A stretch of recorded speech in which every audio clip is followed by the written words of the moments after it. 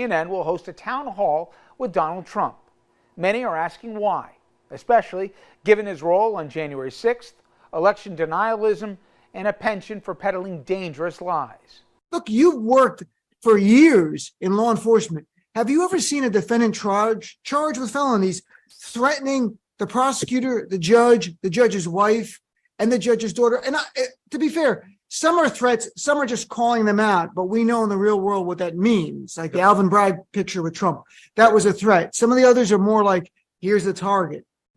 Have you ever seen anyone like this charged with crimes before we talk about Trump himself? So yes, I have. And do you know the circumstances where I've seen it before, including threats to the judge, jurors, and prosecutors and witnesses?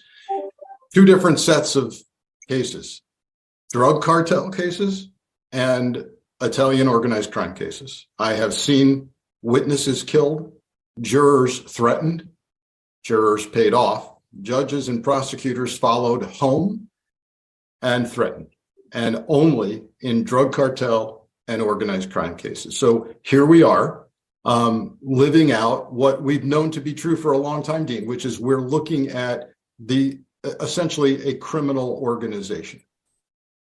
It's remarkable for you to put that in that kind of context, and that with your experience as an FBI agent for so many years, that's where you've seen it. Now Trump is calling to defund the FBI. Have you ever heard of someone charged with felonies calling to defund the law enforcement agencies that are investigating him right now, specifically the FBI? Well, I'm sure somewhere in some corrupt municipality in the country in our history, some mayor or town council has threatened to do away with the police chief or the police department because they were looking into something they didn't want to be looked into. But look, this is blatantly obvious to anyone looking at this, which is, when you investigate me, I suddenly become an enemy of law enforcement, and I'm not a friend anymore to law enforcement. And you can't say you're the party of law and order and justice and then say, we really don't need the premier federal law enforcement agency in the United States. It does not compute. And I think it insults the intelligence of most Americans to think that we could live without the FBI. And look, it gets traction, right? It makes headlines. That's what they do it for. But yet, let's look at the weaponization of government subcommittee, which really should be called the Jim Jordan circus. They have yet to produce the so-called whistleblowers that have any substantive information. Nobody there has been validly deemed a whistleblower by the Department of Justice, by the way. These are disgruntled, fired, and suspended employees who didn't want to do their job. So it's fallen flat on their face, but you'll continue to hear this theme. And for the time being, you'll see it really focused not so much on the feds right now, but of course on Manhattan, where I'm really concerned about the safety of potential jurors, line prosecutors, and the judge's family. And as you're mentioning that, NBC News reported today that in 24 hours since Trump was arraigned, the presiding judge, Judge Marchant, and his family have received multiple threats. That one official said dozens of threats was the word he used, directed at the judge and his family, and that other sources tell NBC News that the Manhattan DA and other top officials there in his office continue to receive threats. He was already receiving threats. Is this message heard? I mean, any doubt in your mind that Donald Trump wanted this to be the response from some people on his side? Yeah, there were early reports right after even before the actual indictment was announced, that the strategy from the Trump camp would be, this is from insiders talking to the media, the strategy would be one of doubling down on threats to Alvin Bragg and the entire prosecutive process. So not a surprise, this is the strategy. What's going to challenge the judge and law enforcement here is that even if some miracle occurs and Trump shuts up, if even momentarily, it's clear to me now, Dean, based on the social media posts and rant and rave that's going on from the Trump family and circle, which started with Donald Trump Jr. within seconds of the indictment, posting a photo of the judge's daughter, that the challenge is going to be not so much Trump, because even if he's silenced or a gag order is placed on him,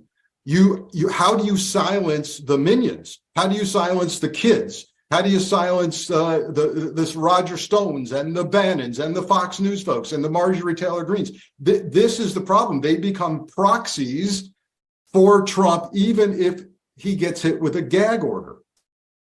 And from a legal point of view, because everyone's astounded at this, the idea that Donald Trump could post himself a picture menacingly holding a baseball bat next to the head of Alvin Bragg, and that posting about death and destruction online, and then you have Trump Jr.'s son posting the picture of the daughter. We all want to know, everyone wants to know, when does it cross a line? When can you charge people for any kind of crime in terms of threat, intimidation, impacting the administration of justice? Wow. Yeah, and they seem, these folks seem to know where the line is and come right up to it. And the problem here is twofold. I'll talk about the criminal statute and the statutory elements to meet a charge of threat or harassment or intimidation. We'll get to that in a second. And those are different statutes, by the way. But this notion of whether or not a state court judge can reach beyond his courtroom and sanction, fine, or otherwise jail or gag, say Donald Trump Jr. or Roger Stone or whoever.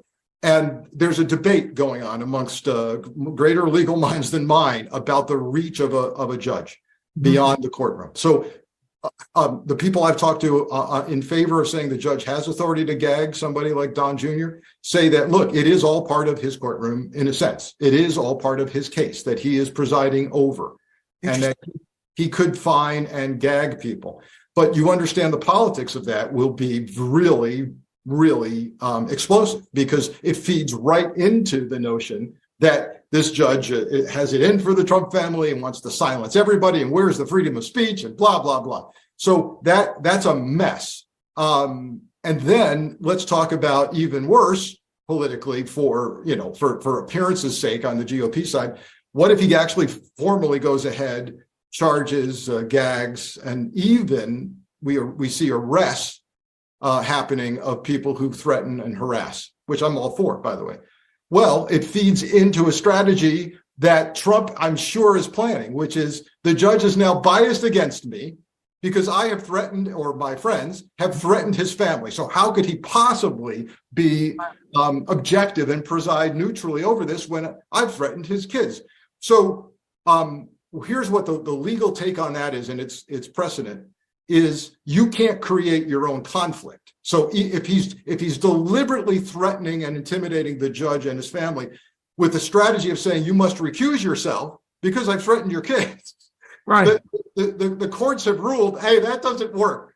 That's interesting because you could always pick your judge. Then you'd be picking your own. You would just keep threatening every judge that you get. So, so I say go ahead, and set yourself up where the judge hates you and you can't do anything about it. The problem from a law enforcement perspective is obvious. You will incite, because he's done it before, you will incite some lone lunatic to commit violence. We've seen it over and over again. And I emphasize again, I am very worried about the security of everyone attached to this case. I'm chatting with Frank Figliuzzi, MSNBC and NBC News national security analyst, former FBI assistant director. I mean, Frank, viscerally, as someone who served in the FBI, when you see Donald Trump acting like the drug kingpins, what's your reaction to this? It's behavior that should surprise no one. He's acted like this. When you hear Michael Cohen, remember his testimony on the Hill. How do did Trump ever specifically tell you to do this or this? Well, it's a wink and a nod. It's, he adjusts his tie. It's like a Don in a La Cosa Nostra family. And so that's how he's playing this out. No surprise to anyone. My concern is he will become increasingly painted into a corner and desperate as indictment after indictment potentially comes down. Fulton County, Georgia, and then perhaps 2 sets of charges from the federal government.